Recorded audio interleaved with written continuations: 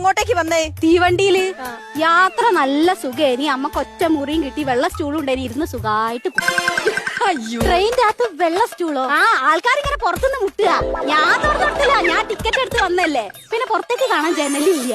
അല്ല അമ്മ, അമ്മ ഒറ്റയ്ക്ക് ഒരു മുറി. പേടി തോന്നിയില്ല ഒറ്റയ്ക്ക്?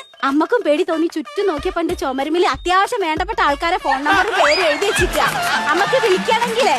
പിന്നെ ഈ തീവണ്ടിക്കാര് പറഞ്ഞതേ ചെറിയൊരു തെറ്റുണ്ട്. ഈ ചങ്ങല വലിച്ചാ വണ്ടി നിക്കുന്ന് പറഞ്ഞില്ലേ? നിക്കൂല.